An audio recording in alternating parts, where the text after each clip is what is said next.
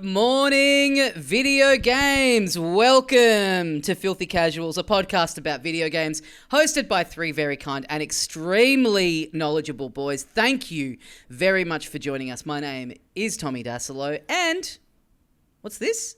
I'm just getting report in here that joining me as always... It's Ben Vanel here. This is, for everyone listening at home, the last time we're recording a regular episode with one A.G.K. himself, my favorite brand of VHS. It is Adam Knox. You've spelled Adam incredibly wrong, but I'm here, and what better way to, in real time, even though I'll be here next week for the more relevant game awards, which are our awards for the end of the year. Yeah, big time. Sign out on what is now an institution in their 10th year, the Game Awards. Yeah. That, hey, I'll accept the award for the Get Out of Here prize for content creator of not the year, whatever the opposite of the one they do give out. I'm making a case to actually win a bad award with how stumbly I've been here. Speaking it's of entrenched stumbling, enough.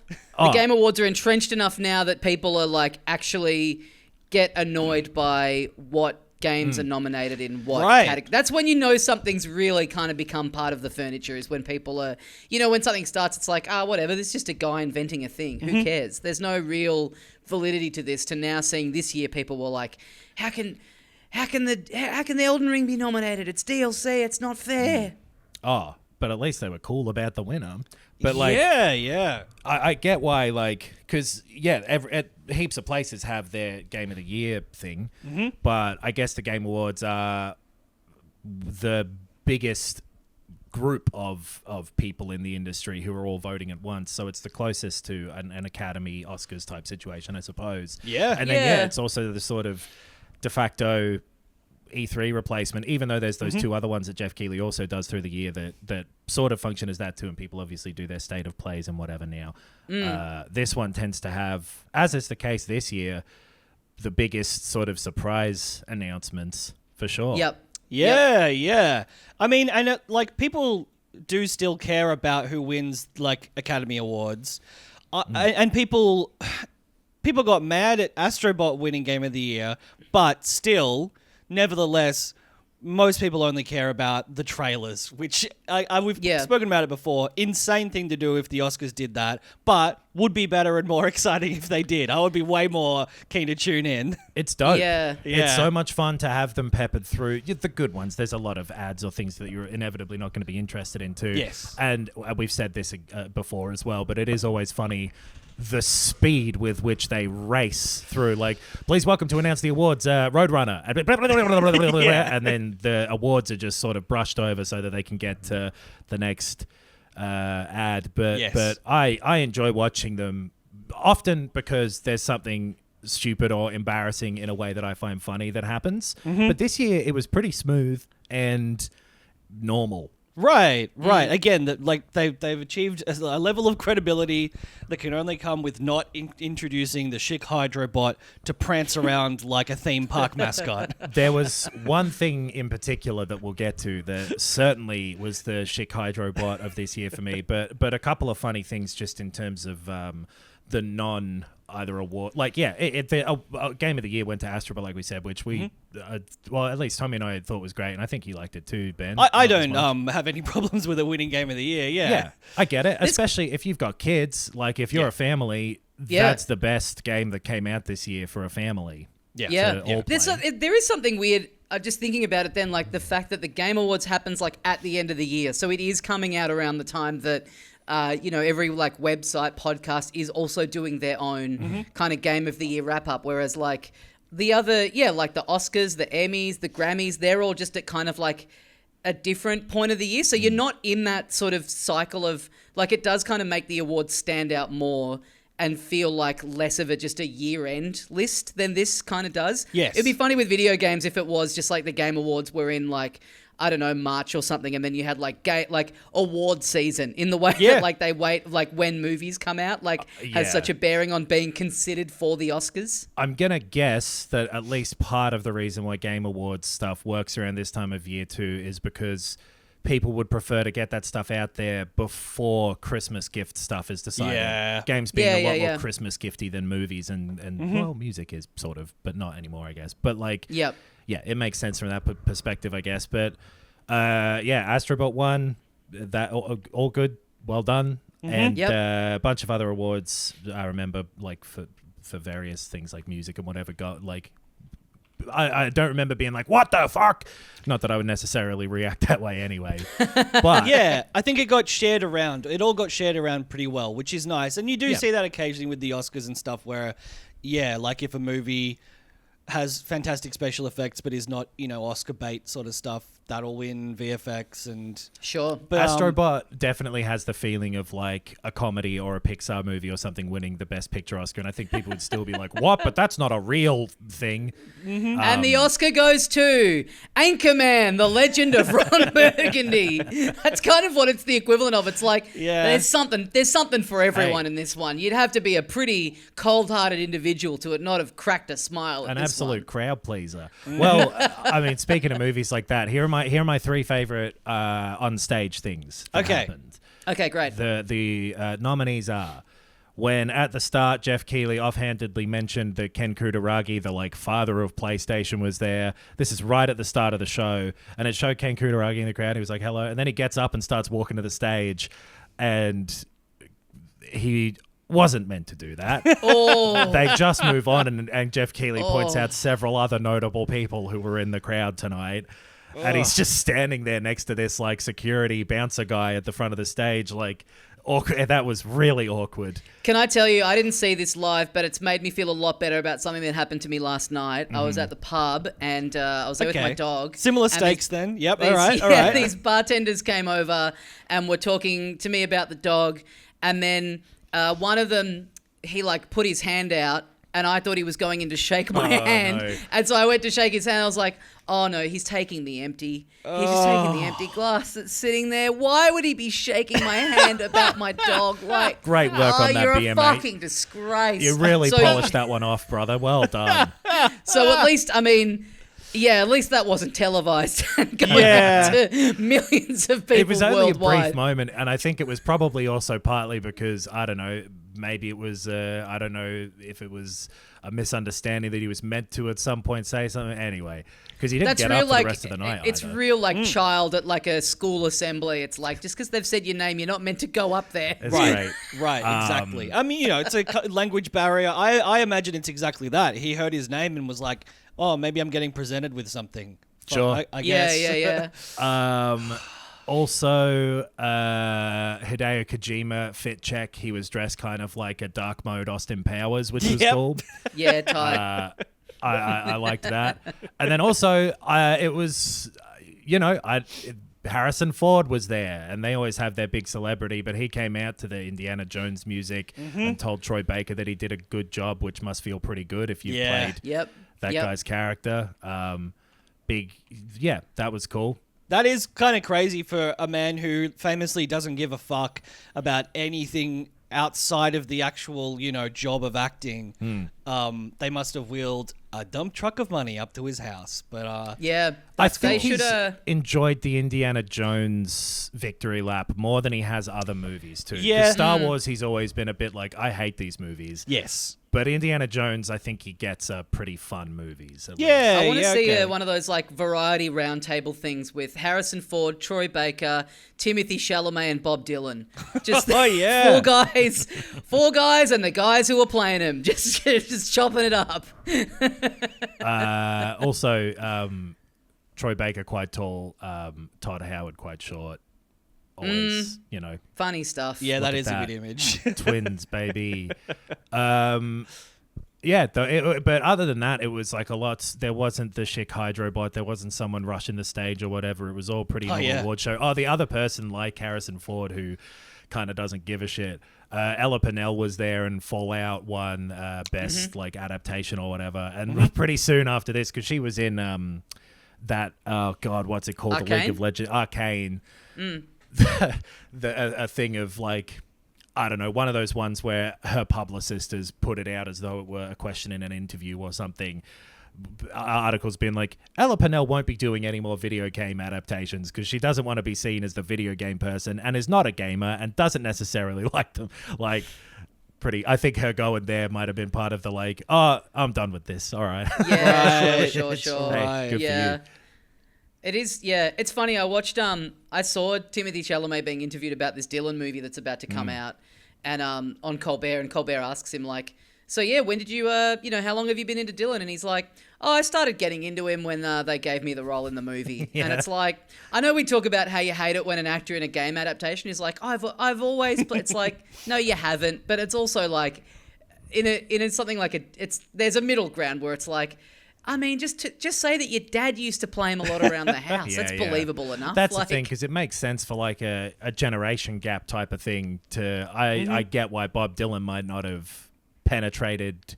I'm going to phrase this differently, actually. Might not have resonated Beautiful, with the youngsters. Supple young mind of Timothée Chalamet. Apparently, Give it a massage too. Apparently, it's a really, really good movie. I'm very surprised. Yeah, it's getting great. Anyway, we're not here to talk about that. No, there's a million games that got announced. We can talk about those if we want. Yeah. A ton of things. Some of them, I guess, known about before, but an awful lot of new things to me, at least, and I'm fairly sure to the world. Yeah. So I've got a list here of chronological order. How about I just read them out, and if we want to talk about them, we can, and if we don't, we can move on. Sounds good. Good time of year for a list. That's a format, baby. I was watching the pre-show thing as well, and the first thing was Ninja Gaiden is getting a 2D sort of pixel action game from the people who made Blasphemous, which were those 2D Dark Souls-y apparently type of game. I don't think I ever played one of them, but that seems like a good mix. People who make a Souls type of thing in Ninja Gaiden and the 2D things. Yeah. It looked a lot like The Messenger or something. Yes. That type of thing. Yes. Yep. Could be cool, Yeah. but pretty normal stuff so far. That's a video game looking video game. It is. Yep. I'd say the same about One Move Away, which is basically unpacking kind of ripoff in 3D. Yeah. It has this weird sort of aspect to it that it looks like it's a VR game. Like the hands look like kind of jittery, I think it's just a first-person perspective. Yeah. It is. I haven't seen anything about it being VR. You would imagine that maybe like because Power Wash Simulator started off as just a console thing before being moved House over to Flipper VR, right? to a lot of things like you could this see make that leap. Yeah, Totally. I'd be a lot more into this as a VR thing than as a That makes sense. It could console also game. be more frustrating if you're like placing things in VR and they're a little bit off and you have to like True. fuck with the control because It already looks kind of imprecise, though, which, like, I have no real desire to play this, given, like you said, Knox, we played Unpacking. Unpacking was great. It was a perfect approach to it, so I don't know. Yeah. This is not quite this bad, but it did give me that sort of, sometimes I'll have the little plagiarism lip curl and lip curl also my favorite clothing brand, but the it's like repacking. You are packing up your car to move, it looks like, and you're fitting everything in there in the right way. But yes, it is a bit like Gang Beasts, Animal Party, whatever those two were called. Like, come on. Yeah. But whatever. A lot of self-described cozy games as well. Yeah. It's a term that truly has become a genre. In This itself, next game also gave me very, very similar vibes to a game I've already played. This game, Slay the Spire 2, was the next reveal. Really reminded me of Slay the Spire 1. I don't know if you guys agree with Pretty that. shameless. Yeah. Do you know what's weird? Is I had the same reaction without realizing this was Slay the Spire 2. So, because I'd already been primed, I think, by Pack It Up or whatever it's called. One Move Away. Moving out. Moving away. One Move Away. Moving Out also already exists. Yes. It is a very similar right, game. right. Yeah.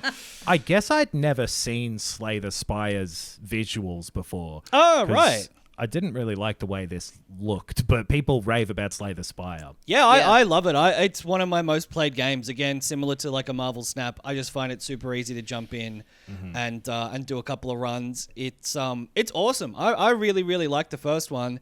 This one, yeah, like I said, genuinely looks very similar to the first. Kind of in a kind of in the reverse, actually. In a sort of case of the Golden Idol, Rise of the Golden Idol, the gameplay is very, very similar. There's a slight change to the visuals. This, I think there's a slight change to the gameplay, but the visuals look exactly the same. Right. But it is one of the better, if not the best, like deck building roguelike games that's ever been made, and I'm very pumped for this. Yeah, cool. It's early access in 2025, and those other two were both in 2025 as well. Most of these are either 2025 or they didn't say a date at all. Yeah. But next one was a little bit of DLC for Dave the Diver. I sort of stopped playing that game not that far into it, to be honest. I wasn't as big of a fan as some people were, but that's cool. Same. How did I you can't feel tell, about that, 'cause Tommy? I'm just reading a thing here where they're like, I don't think they've said whether it's an expansion or an actual sequel. It is a DLC. They were really unclear about it, but the trailer is titled Dave the Diver in the Jungle DLC trailer. Right. Oh, sure, okay. But they Yeah. did not make that particularly clear in any of their stuff. But that's the first time I have seen it actually written down. Right, and that is The from the title of official that Sony video. account, so yeah. Yeah. I'm similar to you, Adam. I liked what I played of Dave the Diver, but I never got too much deeper into it. Even though, people loved it and they've done a lot of collabs. Shut up! Don't say it. Would you say it didn't hook you, Tommy? Getting deeper into it is kind of the point, okay? Okay. But yeah, they've done a lot of collabs with like, weirdly, it's just become one of those ones that they have all these other Totally. game It's characters ended- like kind of popping up in, and That just like indie game in crowd type of thing. Thick as Thieves is what looked to me like a co-op, possibly multiplayer thieving game. It's from Warren Spector, who did such games as Epic Mickey yep. and Deus Ex was Yes. the other one. The it's got that sort of very in vogue, half cartoony, half cartoony characters in Unreal Engine looking environments. Yep. That I'm starting to really find grating, to be honest. It's such a Yeah. people make fun of the corporate whatever Facebook type of 2D people aesthetic. What's that called? Oh yeah, it is. It's corporate something. Fuck. It rings of that. That Matthew McConaughey space game had it. Matter of fact, I'm having one right now. I don't. It's got that real. It just makes everything kind of look the same. Yes. There's just like no room for any sort of like truly interesting character design or unique visual identity to it. I don't think it looks appealing in it. Yeah. I was thinking about this because it's also like a multiplayer sort of stealth-based heist game, which probably isn't necessarily the combination of words that I'm most interested in. But Warren Spector made one of my favorite games ever, so you know. This is 2026, by the way, but like I would guess that this type of visual style is easier for a smaller team to make look good than trying to be more realistic. Yeah. Which it makes sense from that perspective. It's just that the specific shape of characters' faces, especially I in agree. these sorts of Yeah, games, it's- it all it's- looks very similar. Yeah. Having a kind of simplistic, stylized character model thing isn't the issue. It's that it more tends to just make everything look very homogenous. And, Yes. there's been a couple of examples of games that have sort of, used that style and still managed to do something interesting with it. This, when it, like the start of the trailer, they make it very clear that it's a multiplayer game. And then the actual trailer itself kind of made it look to me more like something like a Deathloop. It did look a bit more sort of like it had maybe an element where you could do the like live dropping in thing from Deathloop, but it did make it look a little bit more bespoke and single player, which I would be into, like a little heist game where you're running around, and the fact that there's all these like different character archetypes makes it look like, oh, these are like the villains that you're up against in the game or whatever. I would imagine that it's that sort of level design of like a Dishonored Arcane type of game, whatever, because that would match what Warren Spector's done in the past with Deus Ex at least. Yeah. And that paired with like, a class-based, I assume we've all got different skills, but there's lots of ways to approach this level type of game. Like the stuff like Payday and whatever, where you're kind of doing the same thing again and again after you've done each thing a couple of times. Yep. Could maybe be fixed by bringing a bit of that immersive sim level design sensibility into this type of multiplayer game, which could be cool. So, hey, in a couple of years, people will know. We'll know the answer. Yeah, well, Yes. hey, if you've got one you want to do, then be my guest. No, please. you go. No, You gobble go. them up, Tommy. Speaking of gobbling things up, this was weird, and it took me. Yeah. So apparently, that secret level show, there's a Pac-Man episode that this is similar to, and it's like Pac-Man is edgy or something. It's like a monster Pac-Man. This Shadow Labyrinth is the name of the game they showed. You are just like a person with a gun, and it looked like a Metroidvania thing, but you got a little pet Pac-Man who's like your buddy, like a fairy or whatever, would be hovering above you in a game like this. That also turned into a big monster with teeth and blah, blah, blah. So it's like a Pac-Man Metroidvania. Yeah, and he can I don't know if it's like, I mean, it's not Kirby style, but he is eating a bunch of shit up to get stuff out of the way, change the environment, progress through puzzles and shit like that. Kind of cool. Yeah. I think it's because it's so strange and like potentially innovative that and yes, like I don't entirely understand what's going on, that I'm like, all right, okay, I'll give this a shot. It looked a bit like, God, what was that game where you play as the big blob? Carrion? Yeah. Oh, yeah. It looks like that a little bit, but you're a person with that thing as your pet monster type of thing, which, could be cool. Yeah. Yu Suzuki of Shenmue fame is back. And I think Virtua Fighter fame before that. But Yu Suzuki is one of those people who, a bit like, God, what's his name? Sonic. Yuji Naka. Yeah. He's in jail, this guy? No, not yet. We'll see how Steel Paws turns out. But,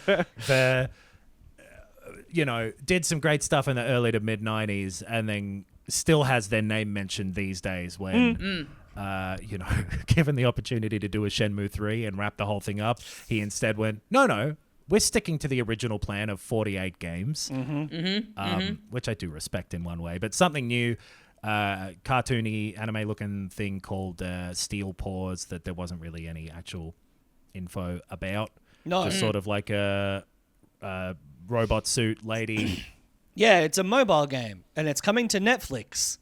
A Okie Netflix dokie. game's exclusive. Yeah. I didn't know that bit. I didn't remember that. So Which I keep forgetting to mention, Rise of the Golden Idol is on Netflix Games, and Netflix Games is free if you have Netflix. So that is a great way to play it. I've never tried any of the Netflix stuff.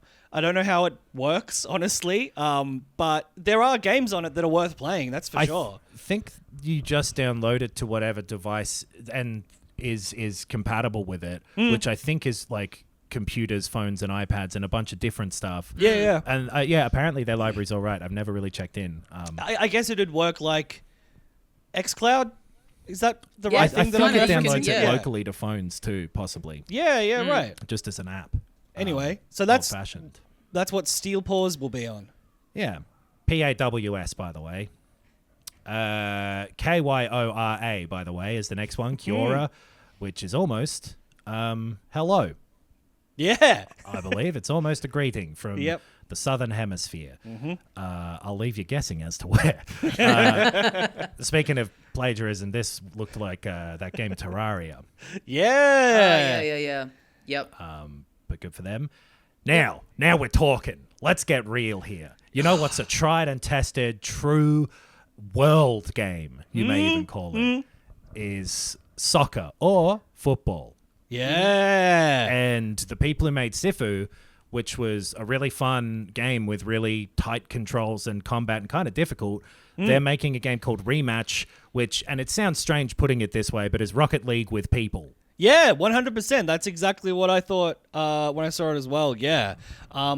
It looks cool. It's like, it's so silly to, have to reference a arcadey, like innovative take on football, but like, this is Rocket League with people. It looks really fun. I don't know why it hasn't been done before. I mean, I'm sure there have been like arcade style soccer games, right? Like, sure. Well, and this perspective in particular, the behind the shoulder sort of thing, where it kind of more is emulating what it would be like to be playing soccer, rather than the way most games do it, where it's like you're watching soccer on TV, but you're controlling the characters. It looked cool, and like I think the arena just being the shape and the sort of like fake display thing that it is very Rocket League, which is a great game, and I played a bunch of it back in the day. So I'm keen for this, I think. Yeah, I really like, that aspect, the sort of like holographic, backgrounds and environments and stuff around the arena makes it like, super visually interesting.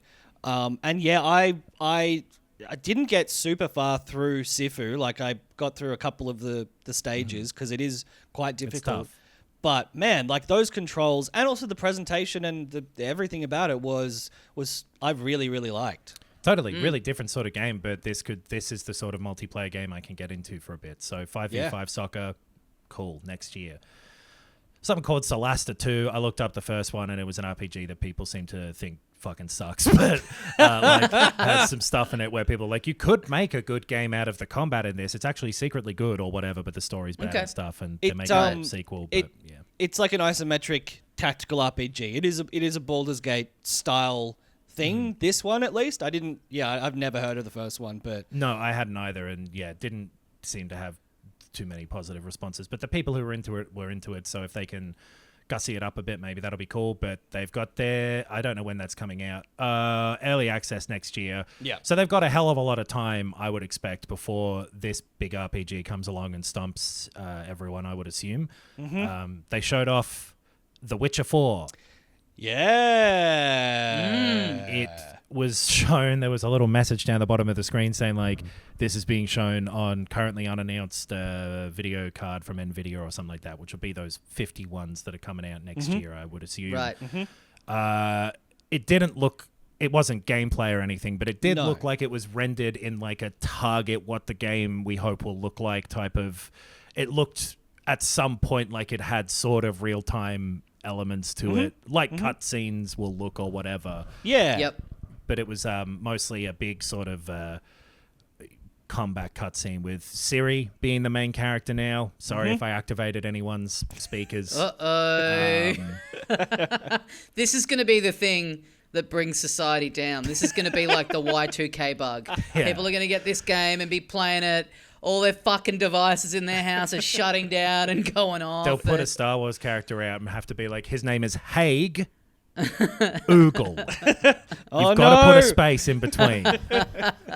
I didn't activate, thank God. That's because you put the space in between. Think Star Wars, think space, because Star Wars, Haig Oogle. Oogle. Don't play this podcast at 2.5 speed, or then you're in trouble.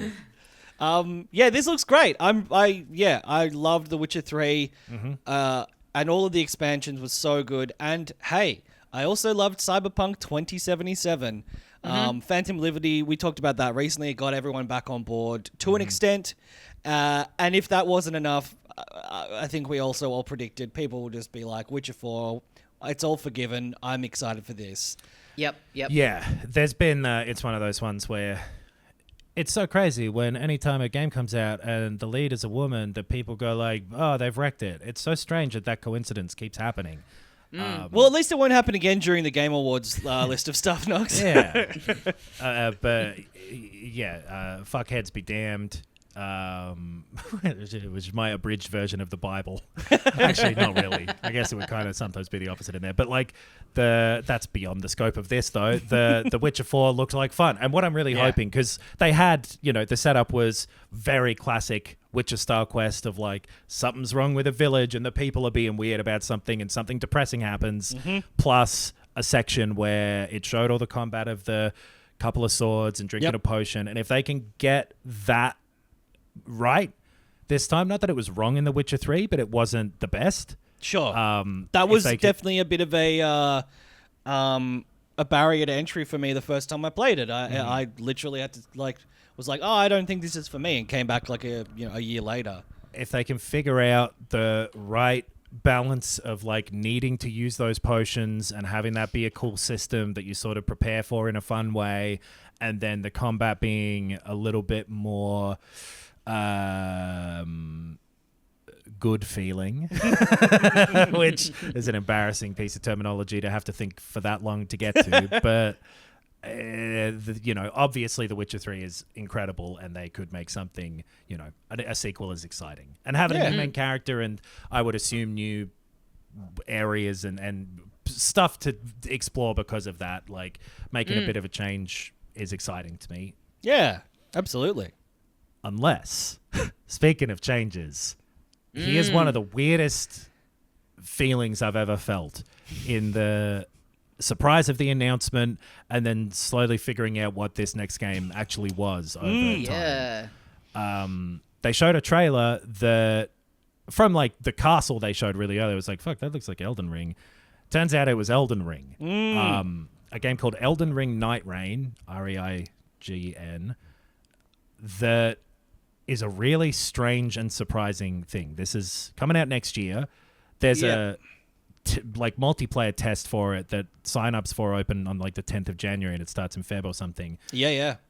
It is a multiplayer cooperative Elden Ring roguelike game with a bunch of bosses from like at least Dark Souls 3 in it. And other FromSoft games.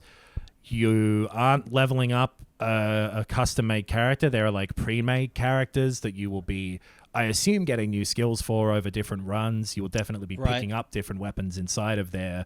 It showed like a purple fire thing crossing the land in a very Fortnite closing in bubble type of way. Yeah, apparently it is. Like there are apparently, yes, with like little is known, but there are battle royale elements to it. Bizarre. Very, very strange. I'm open to it. Hey, I'll try anything once. But there's also anything. like But you get like there's a clip where you're using like a glider. There's like double jumps and sort of like wall climbing. running. Yeah. I mean, I'll give it a crack. It's fascinating. It's not Miyazaki directing this. Right. It's someone else who I forget their name, but this is their first game directing things. But they've worked on other FromSoft games before, and I've always wanted to direct stuff. And they like pitched this, right? And it got people liked it or whatever. The best case scenario will be that it is like the thought out FromSoft version of something that you say a lot of these things where it's like a PvE 3-player multiplayer combat, like that. If they can do a very sincere, they've described it as not an ongoing game. It is like a game that will come out and you'll pay for it, and then that will be the game. Like it's not a live service update sort of a thing, but very odd. And I'm fascinated to see how this turns out. And it's also, you can play it single player or you can play it with 3 co-op players, not 2 though. Why? Yeah, it's strange. It looks, everything about it looks and sounds like it's DLC. If it was just like a new mode that was being chucked in there, it'd be like, cool. But for it to be its own full standalone thing when it's like, the same map and everything, it feels very strange. I think it'll be one of those ones as well where it's like the price of like a $40 US type of thing rather than 70 or 60 or whatever. But even so, really, really unexpected and a strange, like them just sort of because the what's he called, the Nameless King from Dark Souls 3 is one of the bosses they show in the trailer, the guy riding the dragon, like that sort of FromSoft mashup multiplayer thing. It does, I agree, read as like, when a game will do a season pass and they haven't told you what the DLC was, and then the second one will be this thing where you go, oh, I actually don't care about that. I wish I had the season pass. There's always like one really good one in there, and then there's just like 2 other little pillars that are like whatever. Yeah, and it feels it's giving me vibes of, and you played this, Nox, that the God of War Ragnarok, like Valhalla mode, sort of, which was like a free DLC, right? I don't remember. Well, it might have been. It was definitely DLC for that game. It was. Or expansion content, I liked Valhalla because I liked the combat in God of War Ragnarok. So I expect a similar thing, or I hope a similar thing will happen with this, the Elden Ring one. And also they tied some story stuff that was actually pretty good into Valhalla, which, I'm guessing, like, if they can keep up the positive things about Elden Ring, which, other than the single-player sense of exploration thing, which is maybe the best thing about that game, but the combat and it's so weird. And all of these games have multiplayer in them. Like, it's not like it's that big of a stretch. And mods have been made that let you do regular Elden Ring in co-op on a PC. So, and people love that. I've never tried it. It could be really cool. It's just one of those things where, as well, it does feel a bit like that. So like Metal Gear Survive or something like that, where they take the name to stick it on, a little bit, or just to make use of it. But anyway, get some early sales, because I mean, if you just made a version of this that was like its own thing where you weren't keeping the same world and modifying it a little bit, if that was the announcement, hey, look at this, they're backing it up with this like weird little new side thing, you might be, you wouldn't have this kind of, you'd be a bit more like, oh, that's interesting. Yeah, exactly. But the format of it not really explaining itself, coming out being like more Elden Ring, and then later on you find out, oh, it's like the Limgrave part, but they've changed it a bit to make it I was just checking on it while you guys were talking. That Valhalla mode was free, so right. It's kind of not like, and not every company has to operate the same way, obviously, but they released the Colosseum mode for free. They I don't know. You'd imagine it reflects the scope of this, because that DLC, the Shadow of the Erd Tree, was more expensive than a typical DLC, and then you play it and you're like, oh, it's because it's Elden Ring 2. Yeah, I think that's kind of also what what feels a little weird about this is that they've just done this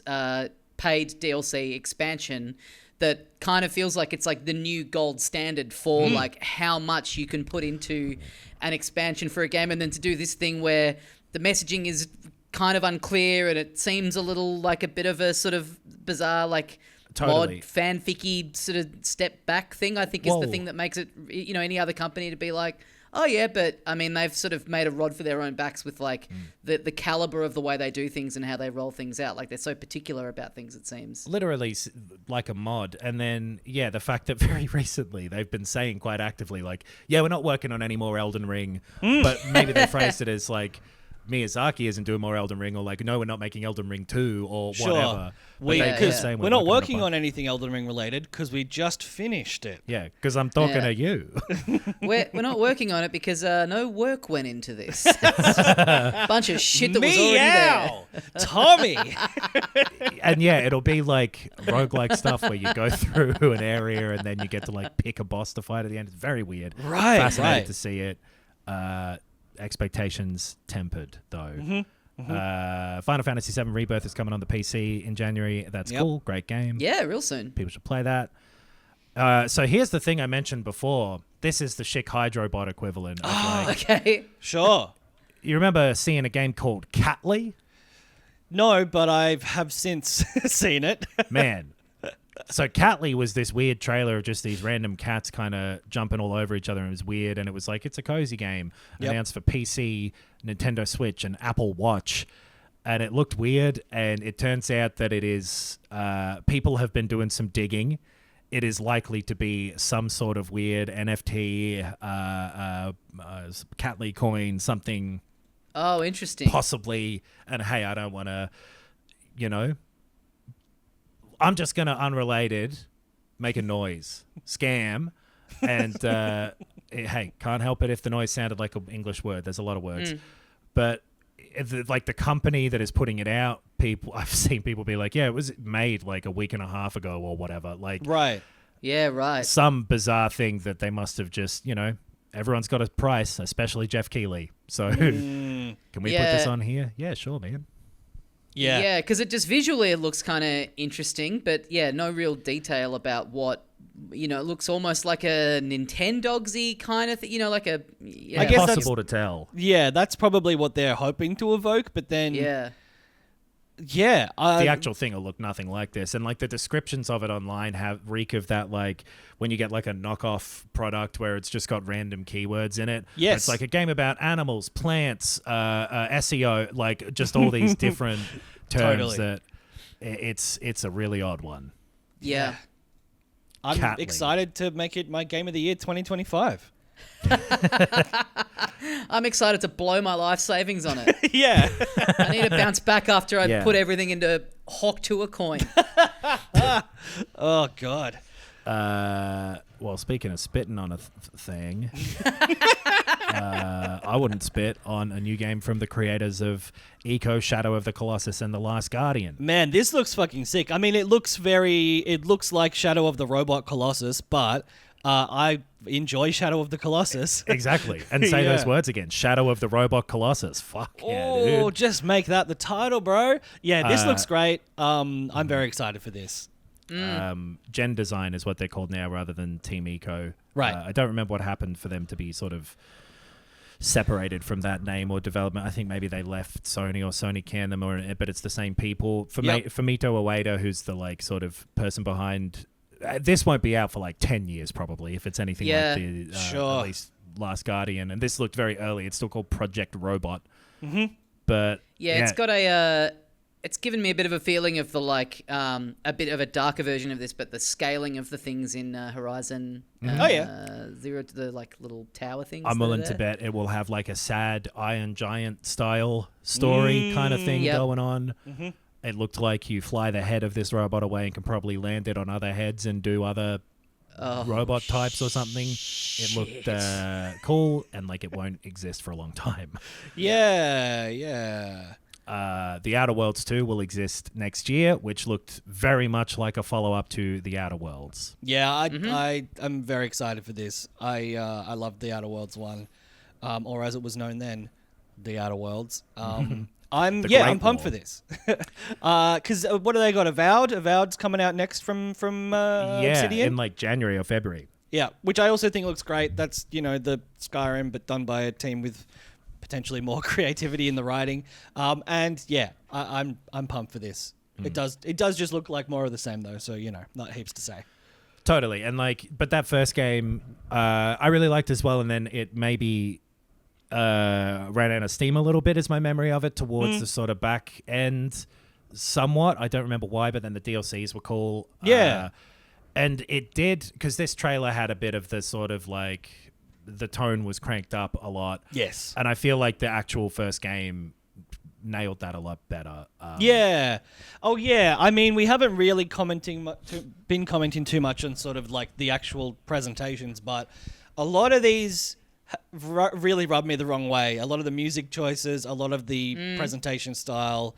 Some of it was like very... dry and down the line, but some of it was like, and maybe there's more to come, and that's why it hasn't come up. I feel like most of these so far were pretty, like, the Project Robot and The Witcher and Elden Ring and all of that. Their tone matches the game, which is, very, I can't think of a better word than normal, which isn't what I mean, but very just, not jokey. Yeah. Straight down the line. Yeah. There's I can't remember what the song it was. For some reason, I'm thinking it was like, baby, you just ain't seen nothing yet. Some kind of like, was it that or something like that? Oh, it takes Thieves in the Night had Been Caught Stealing by Jane's Addiction. Yes, that's right. Playing underneath, which was I'm pretty sure that exact song shows up later. Hopefully, we'll be reminded when we get to whatever game it was. It could have been Split Fiction. I don't think it was, but this is It Takes Two people, and that fucking guy Joseph Fares coming out and being like, "Hey, dude," I don't know, me saying "fucking guy," and then this is a little bit hypocritical, but like, "Hey, dude, I'm fucking swearing on the fucking stage here, guys." Like, all right, man, come on.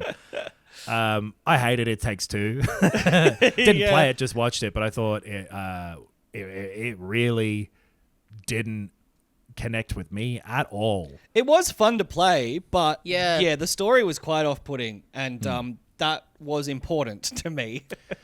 Exactly. Yeah. So maybe if they get if Split Fiction has a better story, because I didn't feel the same about A Way Out. I thought like that had a not like amazing story, but it was more fun. Yeah. The story of that, and less fun of a game.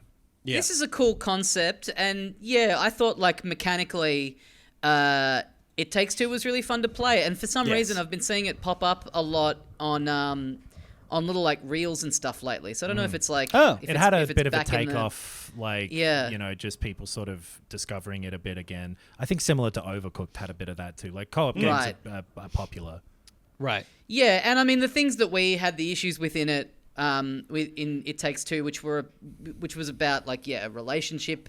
This couple trying to save their relationship, and the weird stuff about like torturing the girls, like toy elephant and all this stuff.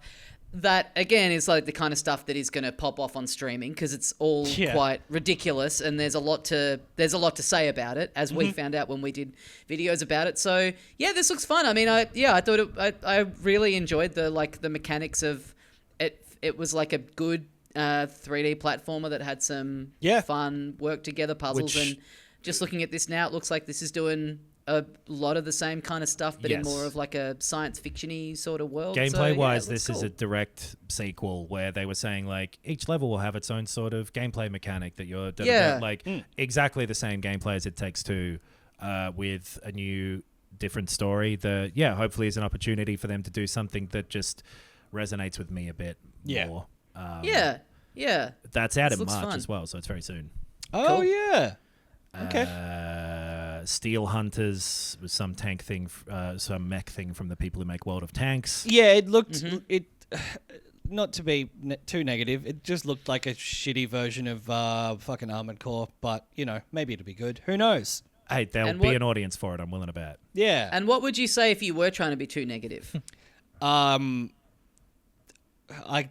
literally I don't want to repeat Look it. at this font of positivity over here. I can't do it. It looks bad, and I'll never play it.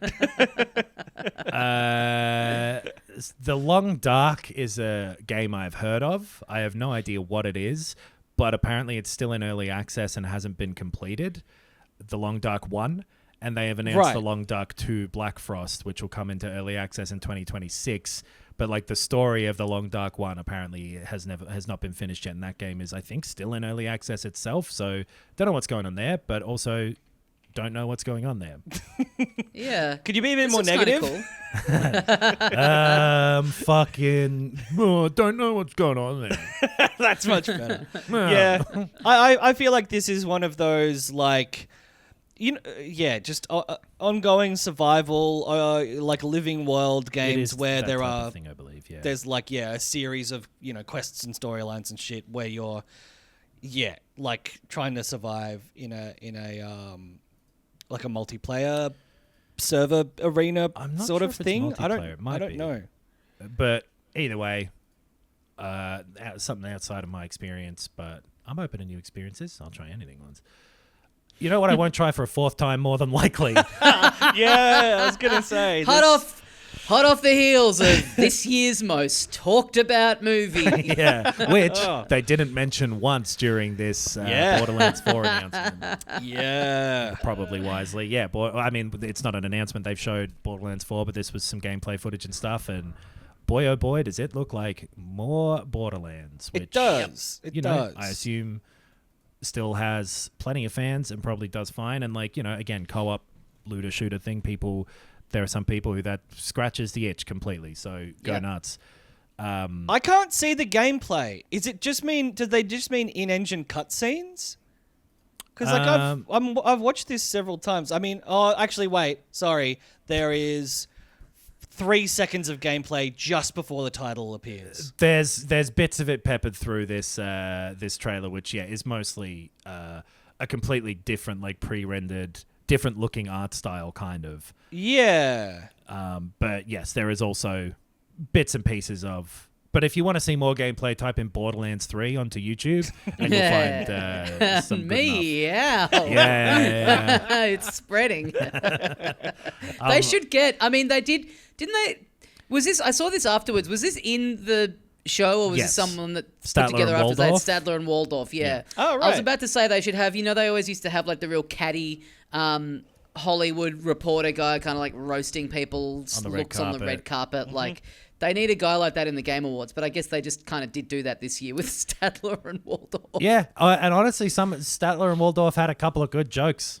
I forgot to mention them, but they were hanging out being Muppets in the corner, and they were like, boo. Remember last year I was like, Jeff Keighley has a Muppet in every Game Awards because he loves the Muppets, and you guys were like, why would he do that? Well, he's still doing it. He's certainly done it again this year. Was the Schick Hydrobot a Muppet? And did I ask that same question when we've talked about it previously? No, and no. Because some Muppets have people in them. Big Bird is a Muppet. Yeah. I'm sure. That other one that's massive. Kermit. Snuffleupagus? Snuffleupagus. Kermit's massive. Clive from Final Fantasy 16 is DLC for Tekken 8. Good for him. Getting a bit of work. Yep. Something called Splitgate 2, which was an arena multiplayer shooter thing with portals. And the portals, at least in the trailer, didn't really show what was on the other side of the portal until you were really close to them. So what's the point? Right. I feel like the first one was maybe like a free-to-play kind of thing. 2019, apparently, there was a Splitgate one, yeah. Yeah, it was. It was... well, the second one is, yes. So the first and second are both free-to-play FPSs, so I'm sure, again, as with all of them, that'll have an audience. I guess not all of them, Concord, RIP, but most of them. Yeah. Yeah, not my sort of thing, but if it's cool for the people who like it, then I ain't going to stop it. It's very big. I ain't signing no petitions. This next trailer, this got me excited. It's cool as hell. Yeah, a couple of back-to-back things from Ryuga Toko. Is that how you say it? Yeah, they got nothing. They got nothing really going on. They, nothing on the boil. Pirate Yakuza didn't get a look in here even. Maybe got an ad at some point lately, but that's some point later. But that's coming out early next year. And then after that, on the slate for them is a brand new Virtua Fighter game that they are making, which is very cool because they've made a bunch of fighting in their games, and they've had the Virtua Fighter games in the arcades of some of the Yakuza / Like a Dragon games before. Yeah. So yeah, new Virtua Fighter. I was never a Virtua Fighter kid myself. I was mainly a Tekken kid, but I did have a friend who had a Sega Saturn. I think it was on. There was one on Sega Saturn. And I really enjoyed it. I liked it. I liked the aesthetic of it, and I really like how it's presented in this trailer. It's sick. Yeah, it looks awesome. And coming from this studio, it'll be a new take on it a bit, and it seems like a good group who will have reverence for it, but are also obviously good at doing their own thing. So that could be really cool. And then also a new Like a Dragon style game. I don't know if this will be. I assume this will have a different name, like Judgment did or whatever. Yeah.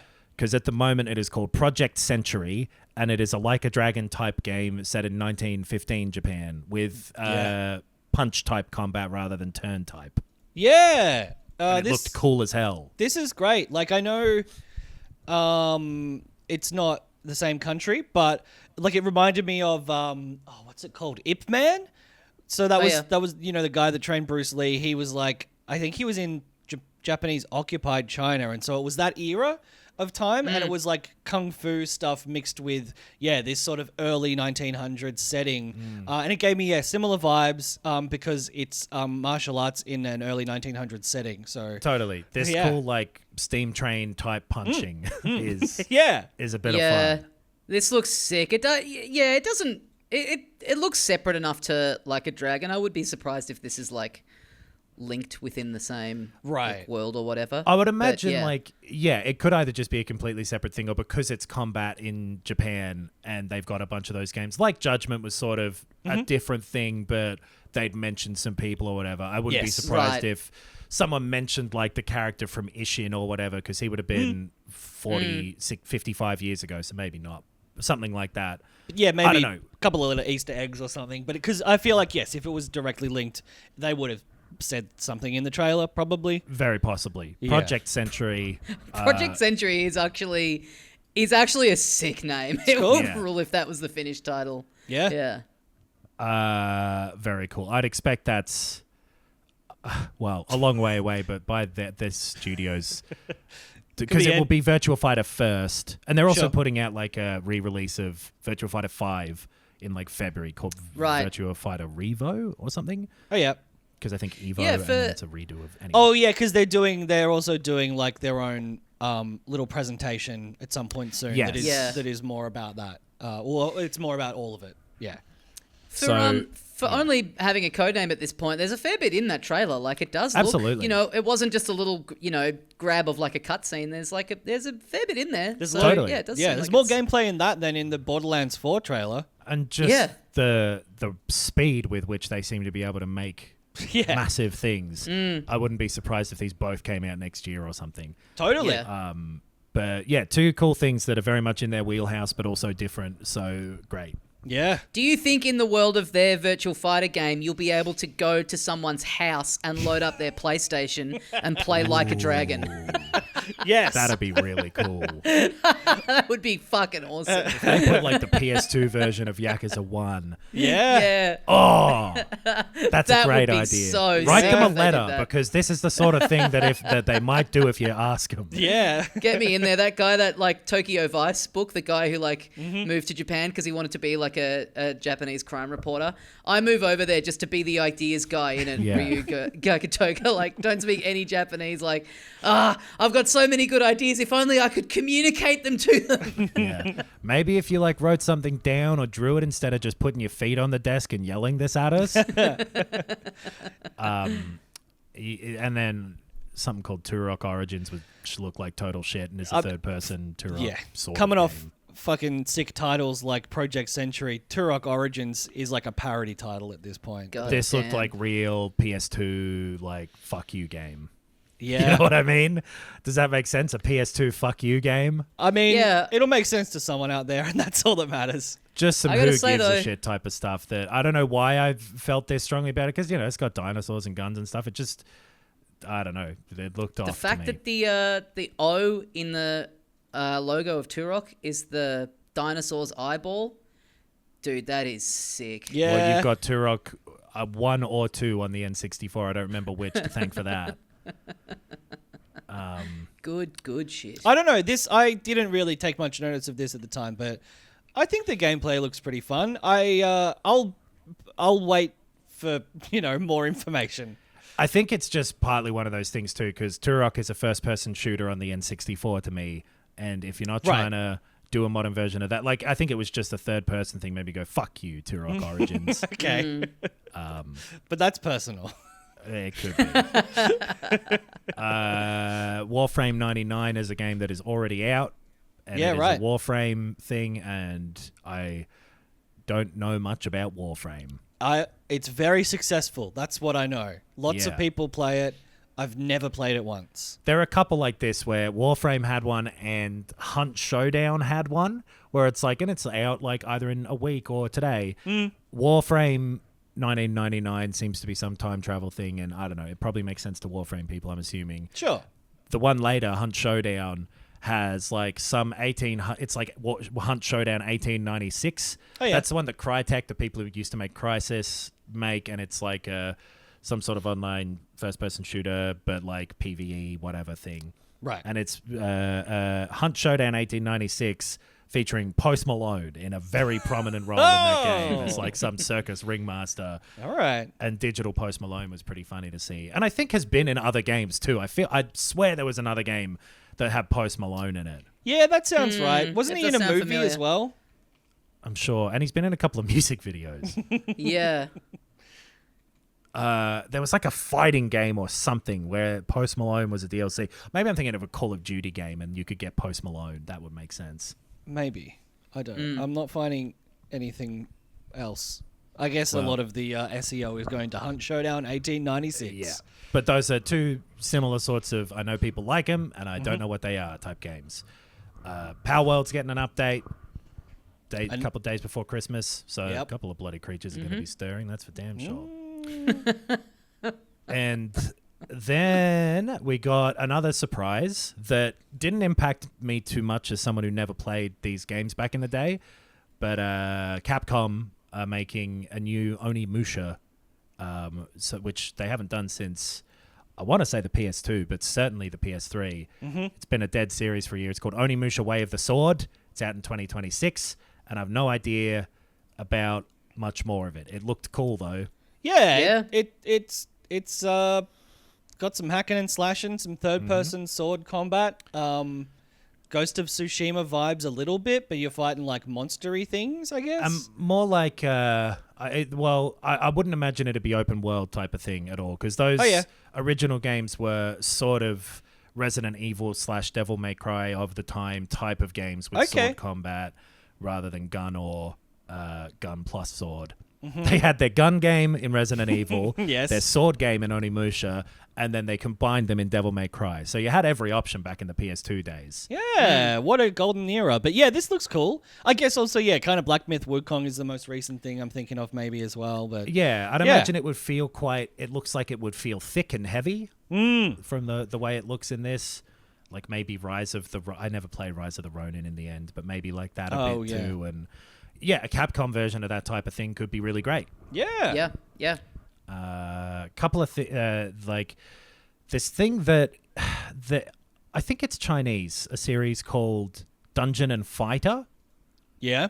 I think I'm right here. And this game, the first Berserker Kazan, arrives March 2025 and is in that world or series. Okay.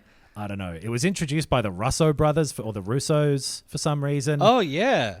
And I don't really get what it is. It just looks like some sort of... It's all CG, this trailer. Some sort of combat, fighting, medieval, dark fantasy, whatever.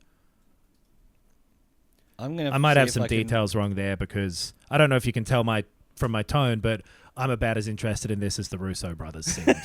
Yeah. No, you're right. It's a Nexon game, which I think, is a big Chinese company. Yeah, no, I think you got all the details right.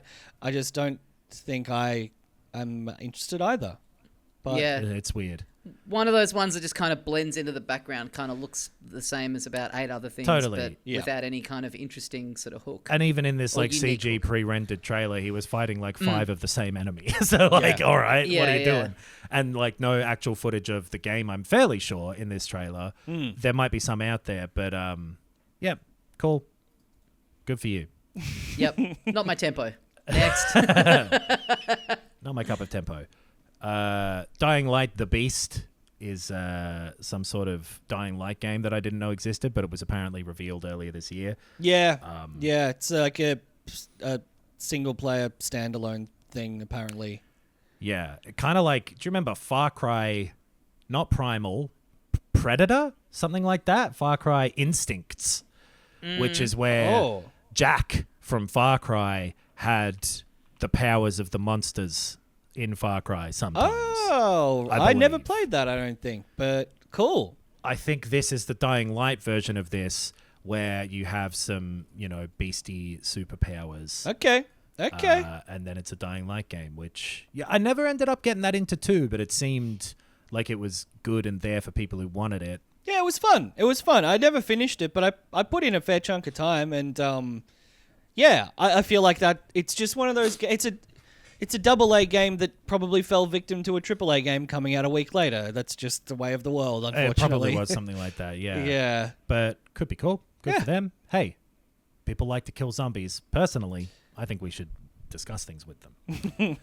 Surely we can reach a mutual understanding. What if the zombies got to eat some brains? That's middle ground. What's wrong with you? Why aren't you...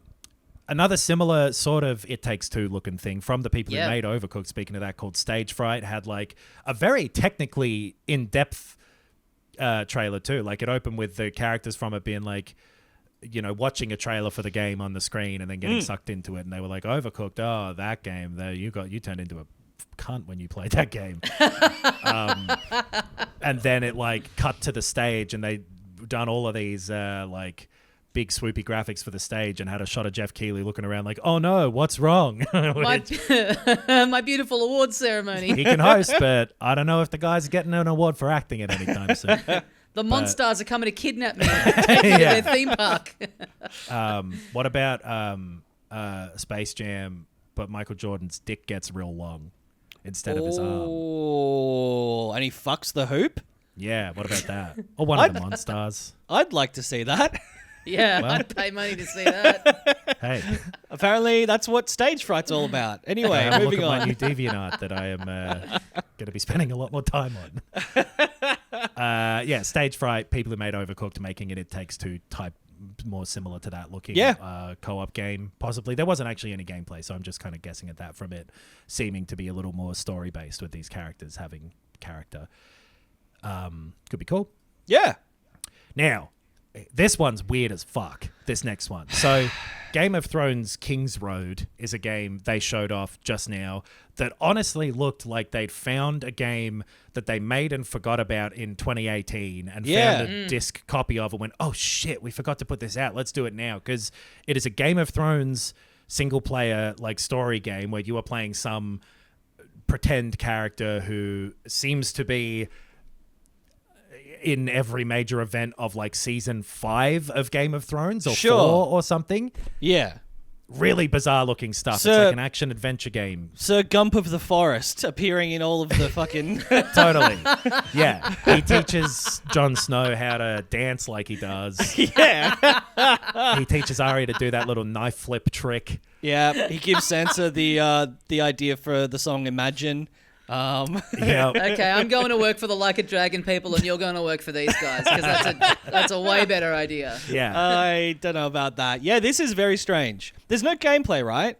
It is all there- looked kind of in engine because Yeah, it didn't yeah. look amazing. Like pretty well done-ish versions of the characters that it showed, which were like Jon Snow and Varys, I think were maybe Jamie. Jamie's in there, yeah. Jamie pops up, and they've all, it sounded like got the actors voicing them. Yeah. Which This is part of what makes me think that this must have been made years ago. Yeah. It's a mobile game. Is it? Yeah, apparently. This changes everything. It looks like a fucking cash cow. Now I understand. Okay, because I've seen every actor in the world appear on mobile game ads. Yeah. Mobile games have crazy money. It is. For some reason. It is Why? apparently like at least an action RPG, but like that still doesn't mean much when it comes to mobile games that are shameless cash grabs. Who knows? It could. I don't know what it'll be, but I can tell you this for yeah. sure: I'm never going to play it. I mean, I'm not off the idea of like, hey, we went through and did a Game of Thrones game that tells the whole story and you're some made-up character in an alternate version. Like, it's just weird to me that they'd be making it, but Yeah. I'm not against it if it's good, but the mobile game thing makes the way it looked make a bit more sense too, and sure. Weird. Yeah. They'll do anything, these video game people, won't they? Catley. They're shameless. Including releasing The Last of Us Part 2 remastered on PC on the 3rd of April next year, which my guess would be means that's around when the HBO show will be coming back for the second season. Yeah. You'd imagine. Shameless. Will be cool to see people being fucks about that game again.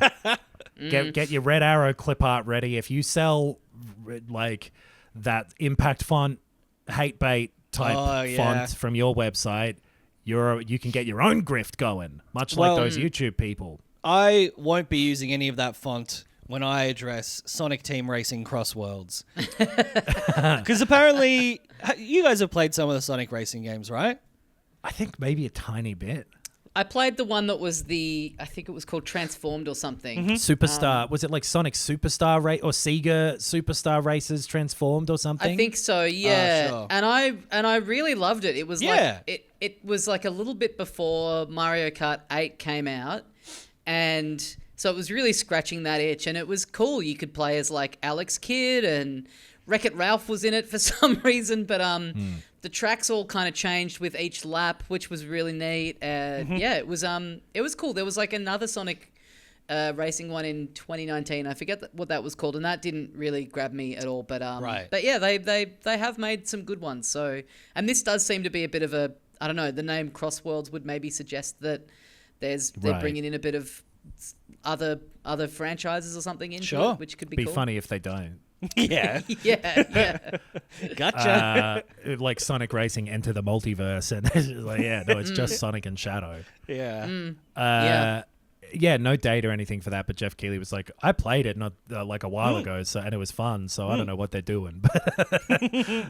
But cool, yeah, racing.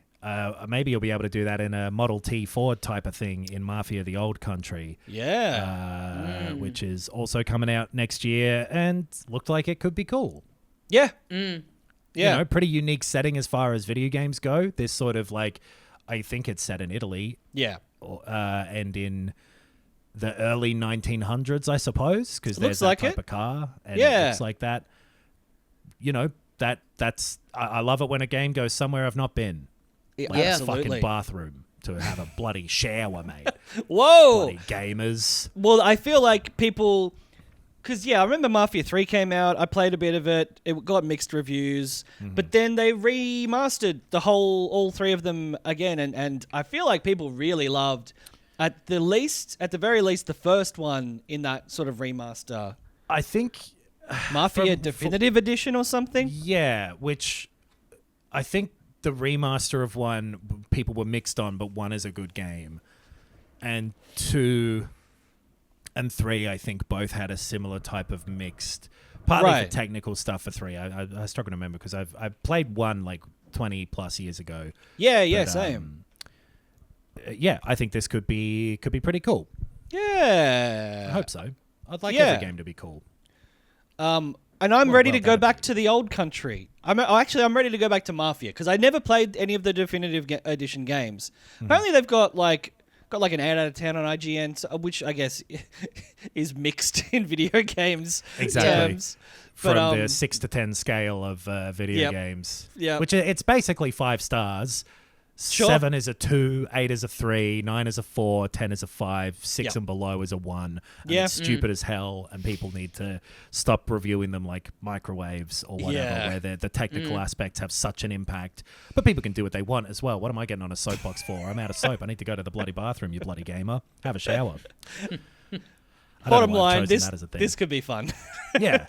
Much like hanging out with Aaron Paul, I bet could be pretty fun. I didn't mind this. Like a dude you could have a fun night with. Yeah, absolutely. As in like, just as in like going out and having a beer or something. That's all I mean. No, I heard he's really adventurous in the bedroom. Actually, this looks interesting to me. I don't know what the vibe is going to be necessarily, but I like the art style and I like the idea.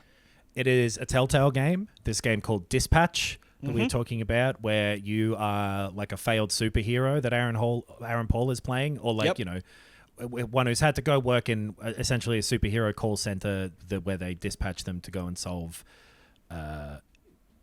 issues that superheroes would solve. Sometimes crimes, sometimes cat stuck up tree, which ain't a crime, but it's annoying. Yeah. Seemed all right. Yeah, they're definitely an upgrade in Telltale's animation ability and that sort of stuff. Didn't have that same sort of stiffness or whatever. It looked a lot more fluid and cartoony. Yeah. Cool. So I don't know what the deal is, but apparently it's like a sub studio, or Telltale are just publishing it. Well, because I don't know what Telltale even means anymore, I guess. It's a different studio. Ad Hoc are making it. I don't know what they've made previously. I think they have made. I just lost all my money in Ad Hoc Tour coin, so I don't trust them. Yeah, I don't know what they've made before, but different actual studio development team. Telltale adding the Telltale choose your own adventure sort of polish to it, I guess. But cool. And it looked like it would probably have a bit of not just the make choices as the story progresses stuff. It looked like you'll probably get on that computer and have to do a bit of, I don't know, strategically sending this hero here and this hero here, possibly. And it seemed like it might be a bit of fun. It seemed like it had a decent comedy tone. Yeah. There's a guy with a bat head. So that's cool. I got bat head. And I thought he was calling Aaron Paul a twink, but he just called Twinkies twinks. And so because I'd thought of a different joke by mistake, I was like, oh, they should have done the joke. All right, I'll go work for them. Yes. To throw in more jokes where they're like, oh, I don't know, man. And hey, Capcom again, reviving more PS2 series. Yeah. They're making a game that at this point is called Okami Sequel. Yeah. It really does. I mean, it really does speak to the, no one's making you wheel this teaser out before you're ready. Right. This is somehow even worse than just Project Okami 2. Just Okami Sequel. Even just Okami 2 and later on call it Okami blah blah blah. Clearly they want to have some sort of subtitle in the future, but Okami Sequel. But I guess that also shows that it's, and get this, a sequel, but sure. Nothing really in it, and it looks like it'll be miles away, but you got your dog running, looking like Okami stuff. It's exciting. It's exciting to see it back because the first one's great. Right. I still haven't really. I've got to go back to Onimusha and Okami. on the PS2. That'll be a bit of fun. You played Okami when it was remastered, Tommy, is that right? Yeah. Yeah. I played it in like 2018 or something. Yeah. And that studio has been closed for a while, Clover, who made that originally. But they've gotten the band back together under a new studio called Clovers. Yeah. Which is sick. Rebooting your studio by being like The Clover. Yeah. Pretty good. A sequel. I feel as though maybe we possibly don't have one or two of the other things that might have been announced during this on this list I've been looking at. Let me just look at my written list. That could actually be pretty much the whole shebang covered there. Yeah. Yeah. I think there was actually more on this list than I'd seen on other lists. So I think this might be everything announced. Obviously, a bunch of trailers for stuff we already knew about, or like games coming out soon, or like ads essentially that we probably haven't mentioned. That might be all I'm thinking of. Then they did all their sort of music medley of all the Game of the Year songs, which Astrobot has some good music, man. Oh yeah, and they had that orchestral Balatro song, which was so sick. Yeah, Snoop Dogg was there as well. Snoop Dogg and his kid have started like a game studio, which is pretty cool. And Snoop Dogg did a little medley, which was of like some of his old songs like Gin and Juice and stuff. I think with one of his newer songs where he kind of does those like kids positivity songs now. He's like, I wasn't paying full attention, but he was definitely like, thank you for everything. And then going into Gin and Juice, which was a fun medley to see. Yeah, hell yeah. There is something that I did see on another list that wasn't mentioned, and I think maybe it is sort of like an ad. It was a bit more game footage of Tales of the Shire, because it had like there was that, like a streamer talking over it, doing very much an ad for it. But that was in there as well. The Hobbit, Animal Crossing, yes, kind of thing. There were a couple more games like that had that cozy game specific, calling them themselves that would have been more ads. But then we got a classic One Last Thing.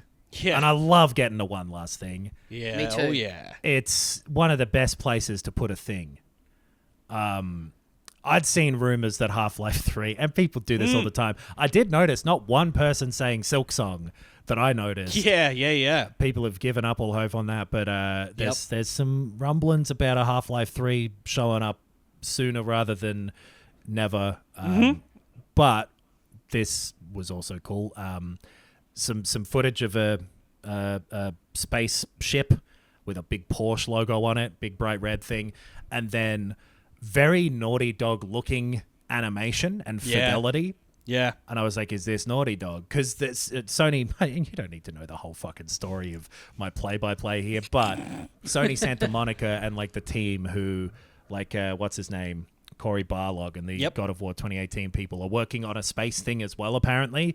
Yeah, and Naughty Dog showed up here with a terribly named game, in my opinion, called Intergalactic: The Heretic Prophet.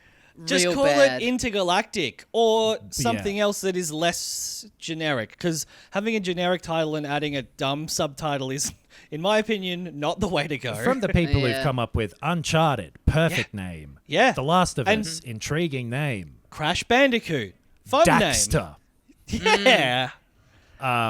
But this looked cool. I thought it looked fucking great. Yeah. 80s version of the Alien retro sort of aesthetic. Like that is the story, apparently, that people were great at space travel by the 80s.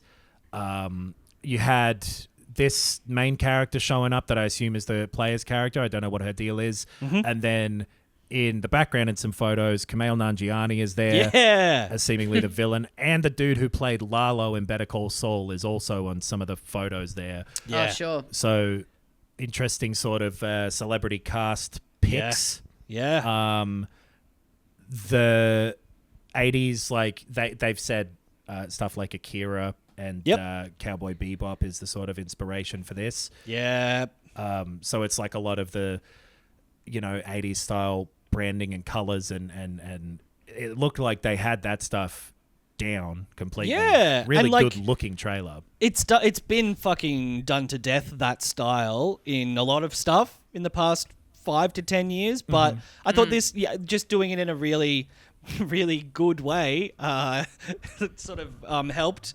And yeah, that concept, you're apparently a bounty hunter of some kind. So yeah, you are. Here's the one thing: is the description of it is that she crash lands on a planet and has to survive on that planet. So it might not be the like galaxy hopping, right? Be a bounty hunter, go to different planets type of thing, which it maybe looks like initially. It looks like you've got your Porsche spaceship that you'll be flying around on. I kind of am up for whatever from Naughty Dog, and I'm sure they've thought about why they're doing what they're doing, but I think getting the impression that this is travel the galaxy and then it not being might be a bit of a rug pull, possibly, potentially. But yeah, keen to see more of this, and no idea how far away it'd be, but I'd imagine a while. Yeah. Yeah, because when was the last time they did something new, like Last of Us 1, right? Which is 20... Sure, yeah, like a brand new like franchise or whatever, which they also do talk about this as franchise, which I always... whenever someone's making a brand new thing and they're like, this is a franchise, we're going to make 7. Here's brand new 1. IP. Yeah. Yeah. But if anyone gets to call their shot at this point, it's probably Naughty Dog. Naughty Dog will probably be fine. Yeah. So it looked cool. Not a lot more to say. And I'd imagine because like Last of Us 2, they showed in like 2016 and it came out in 20. And I feel like that's been a pretty... They were working on that Last of Us 2 Last of Us multiplayer thing for a long time that didn't pan out. Don't know how far along this would be. Wouldn't expect it next year, and they didn't say. Yep. But could be cool. Naughty Dog doing something else. Oh, yeah. Cool trailer. Cool mix of like cinematic and a little bit of like what looks like maybe not full gameplay, but gives you a little taste of what that is. And even just the thing of at the end, the like Naughty Dog logo coming up in that very like VHS worn out tape thing and morphing into the PlayStation logo was sick. Yeah. I mean, Last of Us 2 was a PS4 game and looks incredible still. Yeah. And they've obviously done sort of updates to that. So this being as far along as this looked visually, I could believe. And it had their very... like their animation style of faces and the way people move and that really realistic looking. Yeah. Actual heft and weight to everything. Yeah, I'm very excited for this. But yeah, like you say, keen to play it in 4 years at Yeah. least. A hack and slash sort of game apparently too. Right. Yeah. So yes. What if this ends up being the one that's actually the NFT? then they'll get me. Yeah. Cat Lee's like the really fun, like immersive single player 10 out of 10 game, and then this is the one where you're having to put your life savings into it. Because they show a little bit at the end with some sort of laser powered sword thing. Oh yeah. And you're right, for stuff that is such explored versions of sci-fi, it looks weirdly fresh. Yeah. I mean, I feel like, and it's more so now, which they've obviously contributed to, but I feel like Zombies was even a little bit that way when Last of Us came that's out. a They'd great been like point. Shaun of the Dead and Very good Walking point. Dead and 28 Days Later. Like, I remember feeling a bit like, oh, cool, this new game from the Uncharted people, and being a bit like, oh, Zombies, I don't know, a bit over it. Like, it seems kind of dull and like everything's been done with it. So yeah, if anyone can breathe fresh life into something that seems a bit overdone, it's these goddamn cunnies. Yeah. Just got to get their titling department to tighten. This is really bad. Call Yeah. it Project It's- Century instead. Come on. Project Space. Intergalactic, the Heretic Prophet. It sounds like just like It sounds like slam poetry the way you said it. and that's how Yeah. it reads to me, like a really bad SoundCloud file. Yeah, right. Oh well. Oh well. Oh well. They didn't play Intergalactic by the Beastie Boys either, which I guess is from the 90s, so would be a little... They you could have wouldn't done want a something in remix. this space travel 80s game to be anachronistic. I would love love- that retro that's- future tech type stuff, man. Yeah. CRTs in a spaceship, that's Yeah. dope. It's very Hell yeah. cool. I would like to hear someone do an 80s remix of Intergalactic for the next trailer because it makes sense. It makes does. sense. Looks cool. So yeah, a couple of like, we knew they were making The Witcher 4, but it was cool to see the stuff that had already been talked about a lot. But like, yeah, it's Ciri now. She's the Witcher and blah, blah, blah. A couple of bringing back old games like Onimusha and Okami that are very exciting for people who have more history with those games, I'm sure. And I'm keen to have a look at them. A new Naughty Dog game. I didn't expect to see, and I did think that it would probably, because of the success of the show, be Last of Us 3. So cool to see them trying something else out first. Yeah. And a fucking weird Elden Ring spin-off. Bizarre. Just not on anyone's radar. No, really, really, really interested to see if they shoot themselves in the Elden foot a little bit there with whether or not that ends up being sour in the name a little bit. But hopefully they don't. Yeah. Who knows? They make the good one of that. No one can predict the future. Well, that's the Game Awards, folks, and that is us done for another week. Next week, we have the only Game Awards that matters. That's we have right. our counting down our personal top 10s of the year with some little categories of other stuff that is worth shouting out. It is a bumper episode. Lot of fun in there. Looking forward to hearing what your guys' favorites were as well. But I had to mix it down with different settings than normal so that it would accept being uploaded to the website. Nice. Yeah, it's 3 hours long. So hey, that's dropping on Boxing Day. Is that correct? Or yeah, if you're in the northern or if you're in North America, that's the day after Christmas. Yes, they don't have boxes there. Settle like you'll be in a fugue state from all the turkey and or roast beef and or prawns, depending where you live. Yep.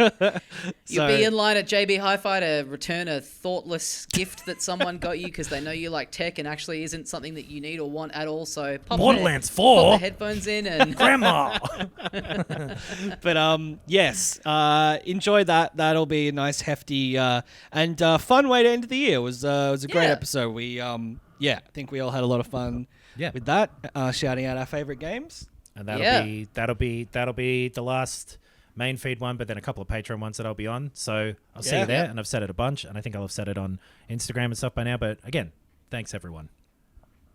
Good on you, folks. Good on you, folks. Let's wrap it up there. We'll see you guys next week for the Game of the Year episode. But until then, as we say here at the end of every episode of Filthy Casuals. Oh, and one last thing. See ya. Sorry if you thought that would be an announcement. Sorry, I shouldn't have said it like that.